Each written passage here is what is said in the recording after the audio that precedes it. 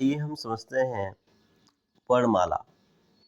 तो वर्णमाला क्या होता है और वह इसमें जो है सारी चीज़ों को हम पढ़ेंगे और आपके एग्ज़ाम में वनडे एग्ज़ाम में जो भी क्वेश्चन इससे रिलेटेड आते हैं उन सारे ऑब्जेक्टिव क्वेश्चन को भी देखेंगे। तो आइए स्टार्ट करते हैं। वर्ण, पहला आपका वर्ण। वर्ण क्या होता है? भाषा की सबसे छोटी इकाई जो होती है जिसे हम ध्वनि या वर्ण कहते हैं। वर्ण एक उच्चारित रूप होता है। ठीक है, तो जो भी शब्द को हम बोलते हैं वो आपका वर्ण या ध्वनि कहलाता है। शब्द नहीं बल्कि अक्षर को। ठीक है, चलिए वर्णमाला क्या होता है? जब इन्हीं वर्णों को हम क्या करते हैं, एक समूह में व्यवस्थित कर देते हैं। एक समूह में हम व्यवस्थित कर देते हैं तो यह क्या कहलाता है? आपका वर्णमाला कहलाता है। अब मानक हिंदी वर्णमाला क्या होता है? तो मानक हिंदी वर्णमाला जो होता है, जैसे हम क्या करते हैं, जो वर्णमालाएं सभी देशों में चलती हैं वह वर्णमाला क्या हो जाती है? मानक वर्णमाला हो जाती है। अब मानक वर्णमाला में क्या क्या चीज़ें होती हैं इसको हम समझ लेते हैं। तो हिंदी के उच्चारण के आधार पे, अगर हम हिंदी के उच्चारण के आधार पे देखें तो कुल 35 वर्ण होते हैं जिसमें आपका 10 स्वर और 35 व्यंजन मिलकर बना होता है। अगर हम लेखन के आधार पर वर्णों को देखें तो कुल 52 वर्ण होते हैं जिसमें आपके 13 स्वर होते हैं, 35 व्यंजन होते हैं और 4 संयुक्त व्यंजन होते हैं। ठीक, तो अगर कुल देखा जाए, सबसे पहले हम स्वर को समझते हैं।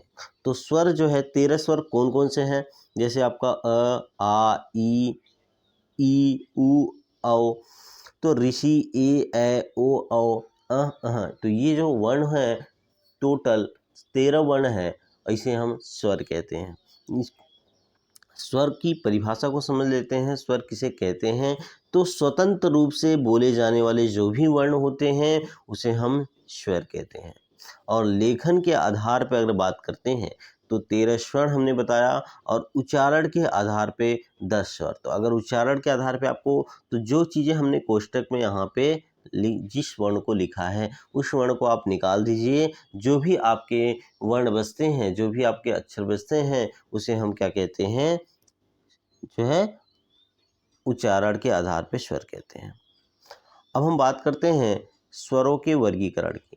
स्वरों के वर्गीकरण माने स्वर को जो है वो जो है अलग अलग आधार पे क्या किया गया है? बांटा गया है। तो उनको देख लेते हैं। जैसे आपका हास्य स्वर आता है, तो हास्य स्वर हम कहते किसे हैं? जिन शब्दों को, जिन वर्ण को बोलने में हमें कम समय लगता है उन्हें हम क्या कहते हैं? हास्य स्वर कहते हैं। और जिन स्वर को बोलने में हमें कम समय लगता है उसे हम हास्य स्वर कहते हैं। जैसे अ, ई, उ, इन सब चीज़ों को बोलने में कम समय लगता है। जिन जो है स्वर को बोलने में अधिक समय लगता है उसे हम दीर्घ स्वर कहते हैं। जैसे आ, ई, उ, ए, ऐ, ओ, औ, अह। तो ये जो शब्द होते हैं, इन जो वर्ण होते हैं इन्हें बोलने में अधिक समय लगता है। पुलिप्त स्वर क्या कहलाता है?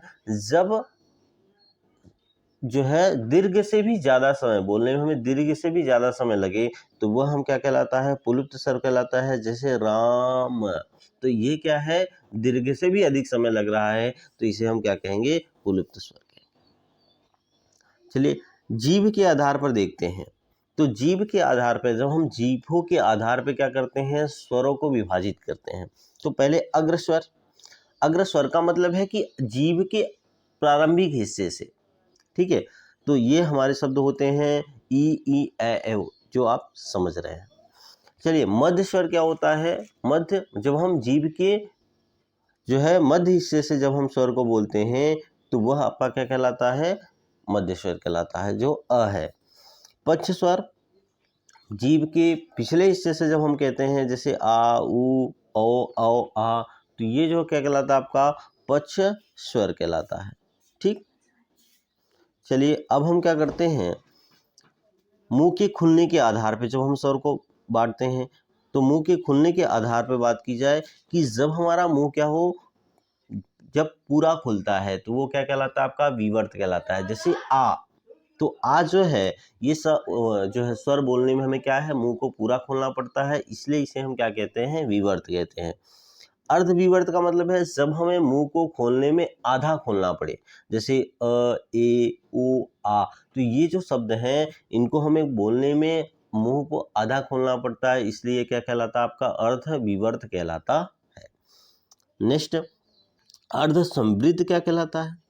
तो अब क्या होता है कि मुंह के आकार के आधार पे जब हम क्या करते हैं, मुंह को बोलते हैं, जब हम स्वर को बोलते हैं और स्वर जो है मुंह हमारा जो है आधे वृत्त की तरह हो, तो वह क्या कहलाता है आपका अर्धसंवृत्त कहलाता है। जैसे ए, ओ, तो इसमें हमारा क्या होता है, इसमें हमारा जो मुंह है वो आधा वृत्त के आकार का होता है। जब जो है पूरे वृत्त के आकार, जब हमारा मुंह जो है वो पूरे वृत्त के आकार का हो, तो यह क्या कहलाता है आपका संवृत्त कहलाता है। जैसे ई, ऊ, ऊ।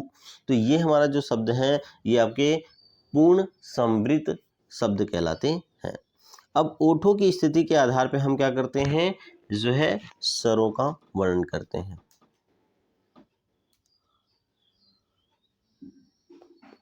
तो आइए समझते हैं ओठों के आधार पे।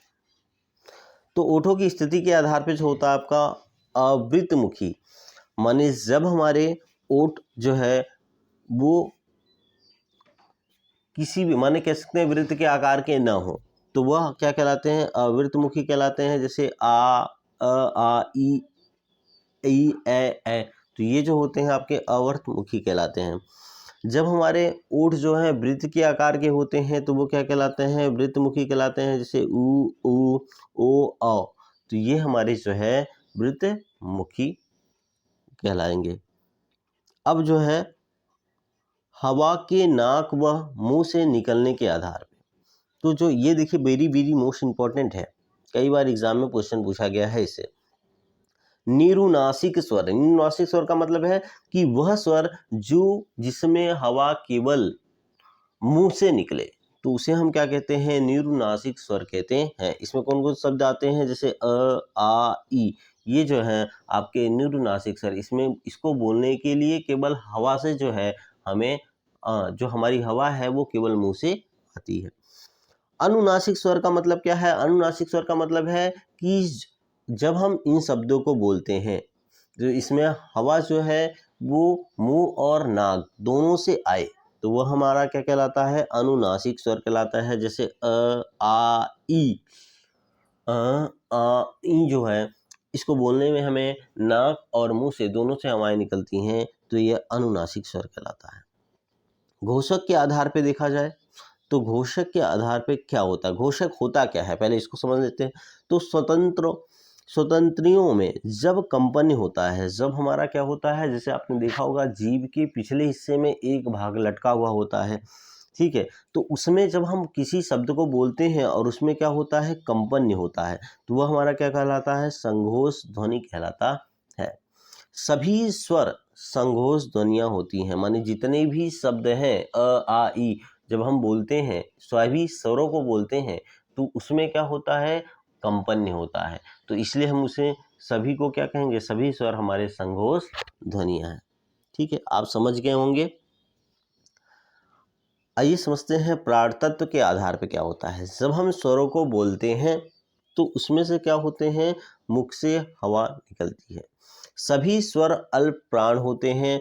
अल्प प्राण का मतलब है कि जब हम बोलते हैं तो कम हवाएं निकलती हैं, जब हमारे मुंह से कम हवा निकलती है तो वह जितने भी स्वर होते हैं जब हम उनको बोलते हैं तो उसमें से कम हवा निकलती है, इसलिए ये अल्प प्राण कहलाते हैं। जिसमें ज़्यादा हवा निकलती है वह प्राण अधिप्राण कहलाता है। ठीक है, तो इसको हम जो है समझ लें। तो सारे स्वर जो हैं वो हमारे अल्पप्राण होते हैं। आइए व्यंजन को समझते हैं, व्यंजन क्या होता है। वेरी इंपॉर्टेंट, स्वर को हमने देख लिया है, अब हम व्यंजन को देखेंगे। स्वर की सहायता से बोले जाने वाले वर्ण जो हैं वो क्या कहलाते हैं, आपके व्यंजन कहलाते हैं। व्यंजन के उच्चारण में अ स्वर मिला हुआ होता है और इसके बिना हम क्या कर सकते हैं, किसी भी व्यंजन का उच्चारण नहीं कर सकते हैं, या आप कह सकते हैं संभव नहीं है। इसमें जो है व्यंजन की कुल संख्या कितनी मानी जाती है? 33 मानी जाती है, लेकिन द्विगुण आधार पे। अर्थात द्विगुण का मतलब है कि ऐसे शब्द जिन्हें द्विगुण के अंतर्गत आ जाता है, जिसमें दो गुण मिलते हैं, इसमें आपके ढ और ढ, ये व्यंजन जो होते हैं वो द्विगुण व्यंजन होते हैं, और इनकी संख्या मिला दी जाए तो 35 हो जाती है। कुल व्यंजनों की संख्या कितनी हो जाती है? 35। अब हम देखते हैं, अगर व्यंजन का वर्गीकरण किया जाए, तो व्यंजन के वर्गीकरण किया जाए तो इसमें आपके स्पर्श व्यंजन का मतलब है कि जब हम किसी शब्द को बोलते हैं, पहले आप समझ लेते हैं क्या क्या चीज़ें होती है। जैसे हमारा क वर्ग है, क वर्ग के अंतर्गत क्या आता है? जो भी क ख ग घ अंग, ये जो वर्ण हैं आपके, व्यंजन हैं, ये सब क वर्ग कहलाते हैं। ख वर्ग किसे कहा जाता है? तो जो च छ ज झ ये जो शब्द हैं, सॉरी, ये जो वर्ण हैं, ये आपके ख वर्ग कहलाते हैं। ट वर्ग किसे कहते हैं? तो ये जो व्यंजन है ट ठ ड ढ अड़, ये जो व्यंजन है आपके, ये ट वर्ग के अंतर्गत आते हैं। उसी तरीके से हमारा त वर्ग देखिए, जो त थ द ध न, ये जो व्यंजन है वो थ वर्ग के अंतर्गत आता है। और प वर्ग के अंतर्गत कौन कौन से आते हैं? तो प फ ब भ म, ये जो शब्द हैं, ये जो व्यंजन हैं, ये प वर्ग के अंतर्गत आते हैं। अंत अस्थ किसे कहते हैं? तो अंत अस्थ का मतलब है कि जब बोलने में हमें कम समय लगे तो ये आपका, जैसे य र ल व, ये जो है आपके अंत अस्थ कहलाते हैं। उष्म, जिन व्यंजनों को बोलने में हमें उष्मा निकले, ठीक है, गर्म हवाएं बाहर निकलें, तो वह क्या कहलाता है? उष्म जो है व्यंजन कहलाते हैं। जैसे स ह, तो ये जो व्यंजन है ये आपके उष्म व्यंजन होते हैं। अब अघोष क्या होता है? अभी हमने संघोष और अघोष की बात हमने स्वर में कर ली है, वहाँ पर हमने आपको डिफिनेशन बता दिया है कि जब जो है स्वतंत्रियों में कंपन होता है तो वो आपका संघोष कहता है। अब जब नहीं होता है तो अघोष कहलाता है। तो अघोष में कौन कौन से शब्द होते हैं? तो अगर हम देखे जाए तो जितने भी वर्ग हैं, इसको इसमें एक चीज़ और समझ लेते हैं। स्पर्श व्यंजन में, स्पर्श व्यंजन जैसे हम क वर्ग को बोलते हैं, तो क वर्ग को बोलते हैं तो क वर्ग के जितने भी वर्ण निकलते हैं वो कहाँ से निकलते हैं? तो कंठ से निकलता है। तो जब कंठ से निकलता है तो उसे हम कंठ नाम दे देते हैं। ये कौन से, अगर हम आपसे कहा जाए, सब क्वेश्चन आपके ऐसे आते हैं एग्जाम में, जैसे क ख क शब्द जो है वो कंठ से बोला जाता है कि ताल से बोला जाता है कि मूर्धन्य से बोला जाता है? तो आप कहेंगे कंठ से बोला जाता है, ठीक है। तो ये जो वर्ण होता है, जो सारा क वर्ग है वो कंठे है, और ख वर्ग जो होता है वो, उसको हम कहाँ से बोलते हैं? तो ताल्य से बोलते हैं। जो हमारा ताल्य होता है वहाँ से जो है व्यंजन निकलते हैं। मूर्धन क्या होता है? जब हम क्या करते हैं, मुंह से बोलते हैं, माने जैसे ट ठ ड, ये सारी चीजें कहाँ से निकलती हैं? मुंह से निकलती हैं, तो ये आपका मूर्धन्य व्यंजन कहलाते हैं। और त वर्ग जो होता है ये कहाँ से बोलते हैं? तो इन्हें हम दांतों की सहायता से बोलते हैं, तो इसे दंत्य व्यंजन कहते हैं। जैसे त थ द, इनको हम बिना दांत की सहायता से नहीं बोल सकते। चलिए, जिन शब्दों को हम क्या करते हैं, जिन व्यंजनों को हम ओठों की सहायता से बोलते हैं उसे ओष्ठ कहते हैं। जो प वर्ग होता है आपका वह ओष्ठ कहलाता है। जैसे प फ ब, हम बिना ओठ की सहायता से नहीं बोल पाएंगे। तो ये जो है आपके स्पर्श व्यंजन थे, इसको हमने आपको बता दिया। अब हम समझते हैं अघोष क्या होता है। तो हमारा हर वर्ग, वर्ग का मतलब है जो क ख ग, क वर्ग ख वर्ग ग वर्ग, इस तरीके से हमने, सॉरी, क वर्ग, उसके बाद हमने बताया च वर्ग, ठीक है, फिर प वर्ग। तो ये जो वर्ग थे, इस वर्ग में पहला और दूसरा जो व्यंजन होता है, पहला और दूसरा, जैसे क और ख, ठीक है, और नीचे आएंगे तो च और छ, फिर नीचे आएंगे ट और ठ। तो ये जो व्यंजन होते हैं इस तरीके से, उसको हम अघोष में आते हैं। किस में आते हैं? अघोष में। और संघोष में कौन कौन से व्यंजन आते हैं? तो इसके बाद जो बचा हुआ है, जैसे आपका तीसरा, चौथा, पांचवा, ये जो व्यंजन होते हैं हर वर्ग का, जैसे क वर्ग, च वर्ग, त वर्ग, इन सभी वर्ग में आपका क्या कहलाता है? संघोष कहलाता है। अल्प प्राण क्या होता है? तो हर वर्ग का, जैसे पहला हुआ आपका, तीसरा हुआ और पांचवा व्यंजन, ये जो व्यंजन होते हैं वो आपके, इनको बोलने में आप कह सकते हैं कम कम हवा बाहर निकलती है, तो ये आपका क्या कहलाता है? आपका अल्प प्राण कहलाता है। महाप्राण क्या होता है? जब हवा ज़्यादा निकलती है, जैसे आपका उसमें आपका दूसरा और चौथा व्यंजन जो होता है वो आपका क्या कहलाता है? महाप्राण कहलाता है। जैसे ख और आप चौथा कह सकते हैं घ, तो इसमें जो है अधिक हमें जोर लगाने पड़ते हैं, ठीक। तो यह आपका क्या कहलाता है? महाप्राण कहलाता है। अब संयुक्त व्यंजन की बात करते हैं, तो संयुक्त व्यंजन में जैसे आपका छ में आपके छ बनता कैसे है? तो क और स से मिला के जो है दो वर्णों को मिलाकर बनता है। तरह कैसे बनता है? त और र को, आधा त और र को मिला के बनता है। आधा ज और य को मिला के ज्ञ बनता है, और स्र जो है वो आधा स और र को मिला के स्र बनता है। तो इस तरीके से जो बनते हैं उसे हम संयुक्त व्यंजन कहते हैं। तो इस तरीके से जितनी भी चीज़ें आपके क्वेश्चन में पूछी जाती हैं वर्णमाला से रिलेटेड, उन सारे क्वेश्चन को हमने कवर कर लिया, उन सारे टॉपिक को हमने कवर किया है। तो अब जो है इनसे रिलेटेड ऑब्जेक्टिव क्वेश्चन हम देख लेते हैं।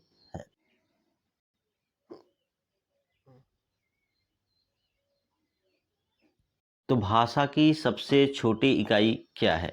तो भाषा की सबसे छोटी इकाई हमने आपको बताया था कि वर्ण जो है भाषा की सबसे छोटी इकाई है। वर्णमाला कहते हैं, अभी हमने आपको बताया कि वर्णमाला जो है वर्णों के व्यवस्थित समूह को हम क्या कहते हैं? वर्णमाला कहते हैं। नेक्स्ट देखते हैं, निम्न में से कंठ ध्वनियाँ कौन सी हैं? तो कंठ माने जो कंठ से बोली जाती है, तो क वर्ग जो होता है आपका वो कंठ से बोली जाती है, अर्थात इसमें क और ख जो है वो कंठ ध्वनियाँ हैं। नेक्स्ट, स्थान के आधार पर बताइए कि मूर्धन व्यंजन कौन से हैं? तो स्थान के आधार पर अगर मूर्धन व्यंजन की बात की जाए तो जो आपका ट वर्ग होता है वो मूर्धन व्यंजन होता है, तो जिसमें ड और ढ जो है मूर्धन व्यंजन है आपका। अल्प प्राण वर्ग कौन से होते हैं? तो जिन्हें बोलने के लिए कम हवा की आवश्यकता होती है, तो इसमें आपका जो जो है क वर्ग होता है वो आपका अल्प प्राण है, तो क और ग जो है अल्प प्राण व्यंजन है। निम्न में नासिक व्यंजन कौन सा होता है? तो निम्न में जो है नासिक व्यंजन आपका वो जो नाक से अर्थात बोला जाता है वो आपका ईय जो है आपका नासिक व्यंजन है। नेक्स्ट क्वेश्चन, ए वर्ण क्या कहलाते हैं? ए वर्ण जो है वो आपके कंठ और ताल दोनों से बोले जाते हैं, इसलिए कंठ ताल कहलाते हैं। नेक्स्ट क्वेश्चन, हिंदी वर्णमाला में अयोगवाह वर्ण कौन से हैं? तो हिंदी वर्णमाला में अयोगवाह जो है वो आप कह सकते हैं जो है वो आपका अयोगवाह वर्ण है। नेक्स्ट, निम्नलिखित में बताइए किस शब्द में द्वित्व व्यंजन कहलाते हैं? द्वित्व व्यंजन माने जिस व्यंजन का दो बार लगातार प्रयोग किया गया हो उसे द्वित्व व्यंजन कहते हैं। जैसे दिल्ली, दिल्ली में ल जो है वो दो बार जो है लगातार प्रयोग किया गया है। नेक्स्ट क्वेश्चन,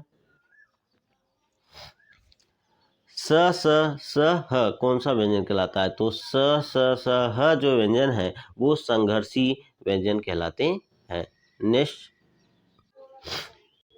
निम्नलिखित में बताइए कि नवीन विकसित ध्वनियाँ कौन सी हैं?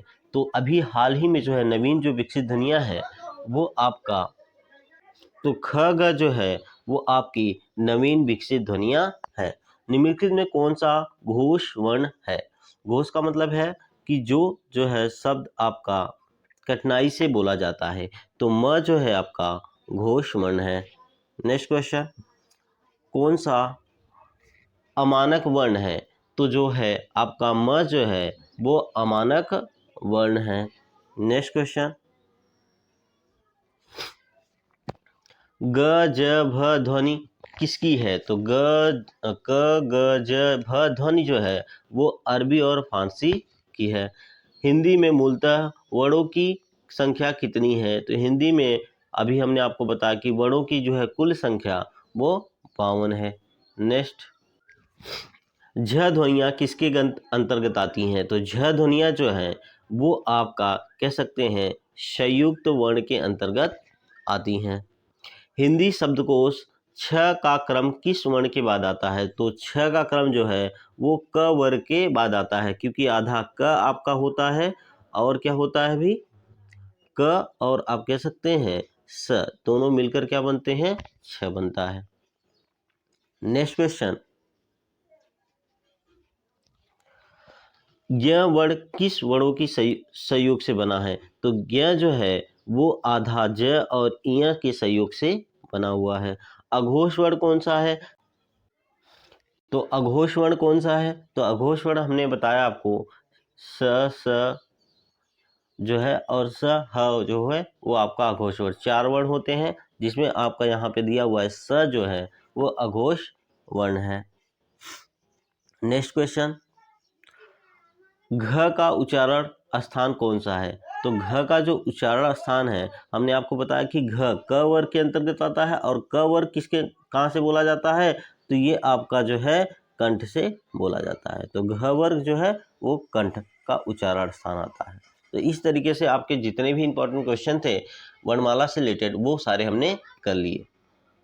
ठीक है, अब हम अगला टॉपिक नेक्स्ट लेक्चर में देखेंगे।